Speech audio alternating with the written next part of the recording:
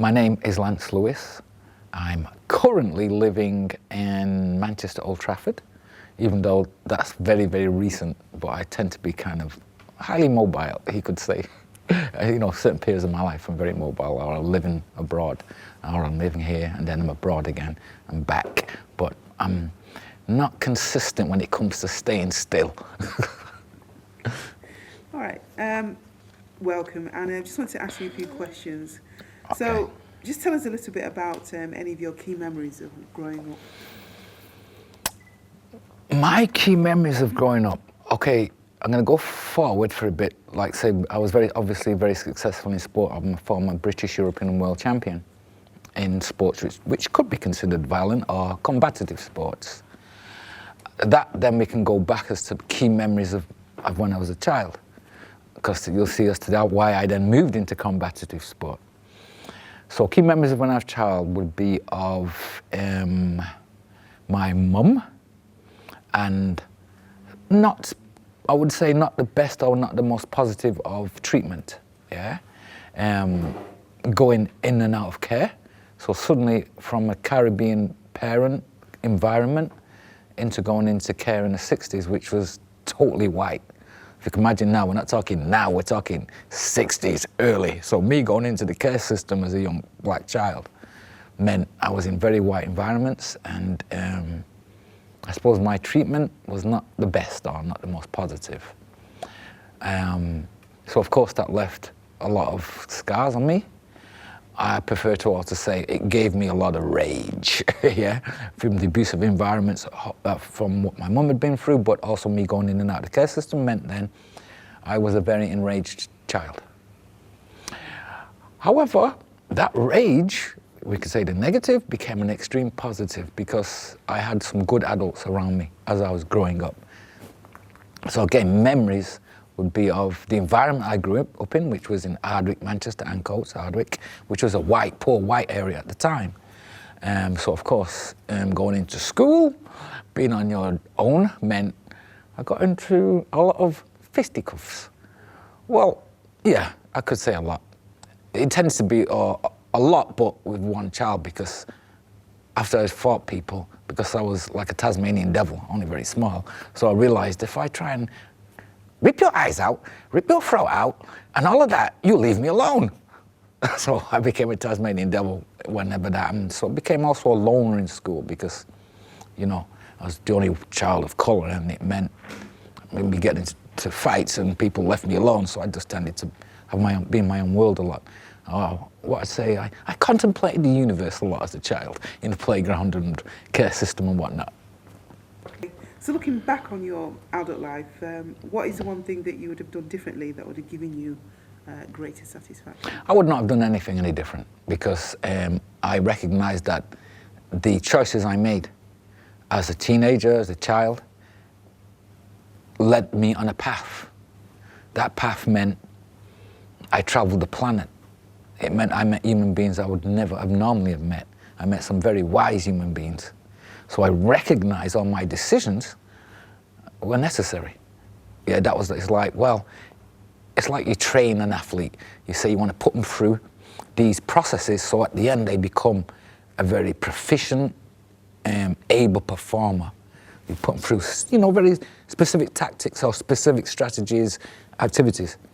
So looking back on my life, if I can go right back to the beginning, before I popped out my mum, and I could go, what path will I plant for this child to be able to achieve all the things he's going to achieve?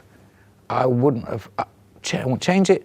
The very things I went through, I'd say now, right, this child's going to need to go through these experiences. So they gain this level of knowledge and experience and foresight. And so I wouldn't sort of change anything, because if I hadn't lived those, gone into care, gone through this, done that, been in white environments, been in environments that were very hostile to me, then I would not be who I am today. So I recognize that given the choice, say going back in time before I popped out and go, this is your path, because you need to learn these lessons. So this is the path you're going to go on. So I'd go back and go, right, what are we going to have for this little child? Born in England, parents just come from, no, actually, because I was in my mum's belly when she landed in England. I'm like, wait a minute. So conceived in Jamaica, then she flew over here with me in the belly, and I popped out here. Yeah? And it's like, right, what would I prepare? How would I best prepare this child for it's got a face? I wouldn't put anything different. All the barriers I've had to face, all of the abusive environments I had to go through.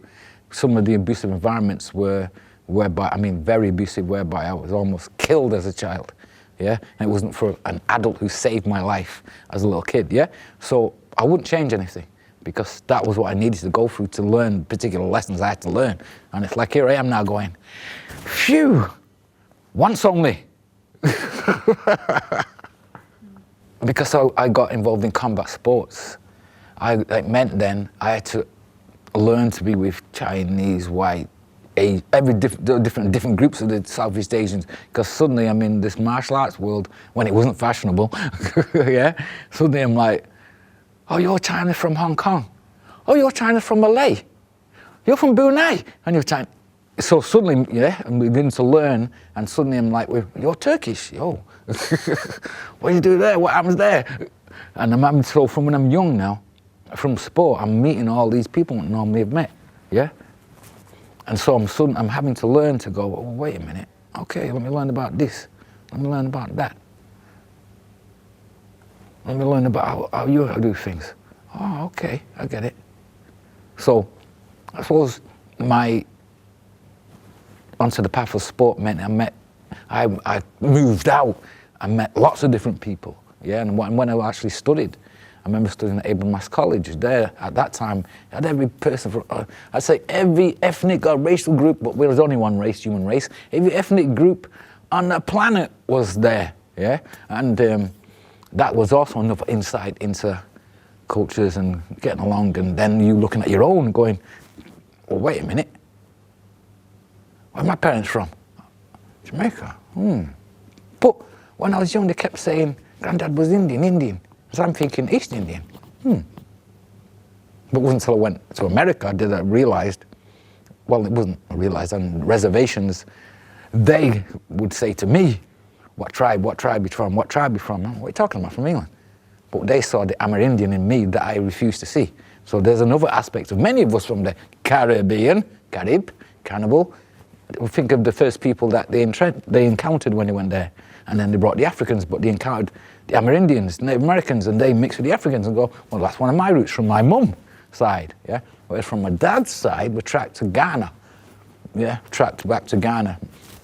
What an interesting thing is, my uncle fought in World War I. Like, what? So I went to see his grave in Jamaica, up in where would it be? Yeah, Mandeville, got Mandeville, top of the mountain. Went to see his grave, and there it said, fought in World War I. Yo, wow. He fought in France and North Africa. Think of that. And that was just within my own family. Never mind finding out that historically, yeah, that there was the West Indian Regiment fought in the First World War. I'm not talking second, I'm talking first. And anyway, so that's another link with me and my family and the roots, yeah, and which I dug up by going out to Jamaica and finding things out about myself. Again, I'm finding about other people when I go into college about Chinese this, but suddenly, well, what about me? What's my roots? What's my identity? Yeah? West Indian. Yeah, and then I'm finding out, what do you mean West Indian? That wasn't that some fool who got lost? You know? And so you begin to do your digging in the Caribbean. What do you mean Caribbean? That means cannibal. They called my people that. My mum's people that. So as you dig more, right. The African Caribbean, okay, I can understand that. But then, you got a whole mix of people who went into the Caribbean. So you have the original peoples, the Amerindians, then you have the bringing of many Africans on the mainland and on all the islands, that's all the Americas. And then they brought, then when we fought our way out of it, and then they gave us temporary kind of liberation. They then brought in other people to do the donkey work, like the Asians and Chinese. So I remember my last trip to Jamaica, I went to the top of the mountain and there was a Chinese art center. Like, eh? So, there's been always this mix, and it's just with my family as well as many of us from the so-called Caribbean. Let me ask you, because we're talking about, sort of life-changing, you talked a little bit about culture, heritage there. Yeah. Let me ask you, so looking forward, what would you like the UK government to change in legislation that could give our people better opportunities? Oh, gee. Well, I used to work for government, and so I have experience. I used to be a school inspector. That was one of my, and at the time it would be Stephen Lawrence report, when he changed a lot of the education curriculum, so I had to go down to Westminster a lot, and the education department, and the education department. And so I realised, that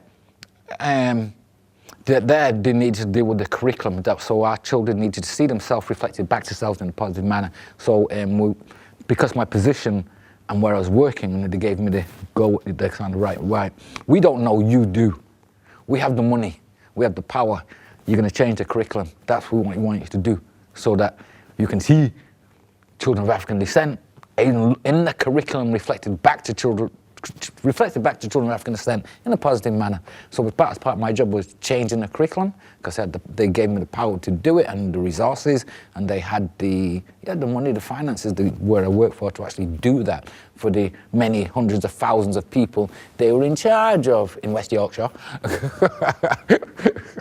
Yeah, so that was part of my role in helping, I suppose, me see myself reflected back to me positively in the curriculum I'm studied. Not just history, because you got geography, you got biology, you got science, you got English, you got maths. No, I had to do, my job was whole curriculum. Make culturally inclusive, so that children see themselves reflected back to themselves in a positive manner, no matter what subject area. So that was my job, up until I finished. So, because I remember what it was like as a child, going through school and not seeing myself reflected back to myself in a positive manner.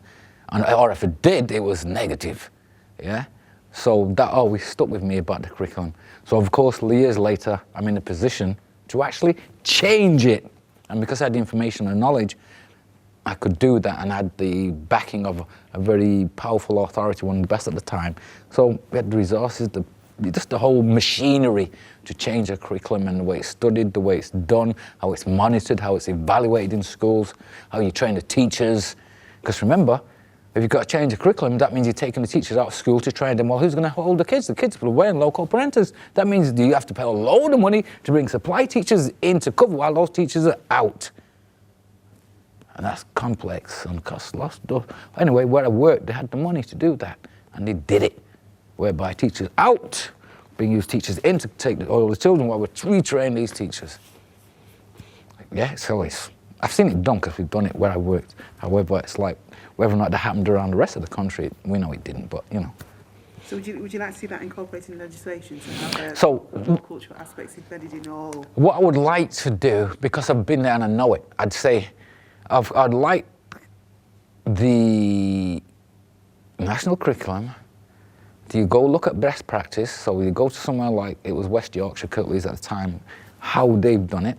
You then monitor and evaluate that by having the people who know go into every authority in the country to check it's being done and monitored. Yeah, that they've got the right resources, it links with the key stages, it links with the exams, yeah. You have the expertise to do that, and that goes around nationwide with the inspections, or with the HMIs, Her Majesty's Inspectorate. They go around the schools and the authorities with somebody with this knowledge base alongside them. See, because I also know that many authorities in school play games. Yeah, take the money and play games. So many kids of colour don't get what they should be getting. Yeah, and I won't point any fingers. We're in a particular city, yeah, that do this, and it's not monitored and evaluated by the people who know to say, no, you're out of order. This is what needs to be done. Look, this is where black children are failing here. So let me show you where an authority school where black males especially are flying high. Let me bring you and link you together so that you, this authority, we're not doing well, you go to this authority school where they are. So they can't go suddenly say to another school, oh, it's not possible. Well, the kids are flying in this school. So there are ways of doing it, you get it? So there'd be more, you could say, more assertive in saying, right, this school, that authority linked with this and that authority because black males in this area are flying. In this school, they're flying, so they're not there. So, sorry, no choice. You're going to have to link to work with so that they help you with the exams and flying. Because I've been there, I kind of know. So it's like games that are played, yeah, especially in particular cities.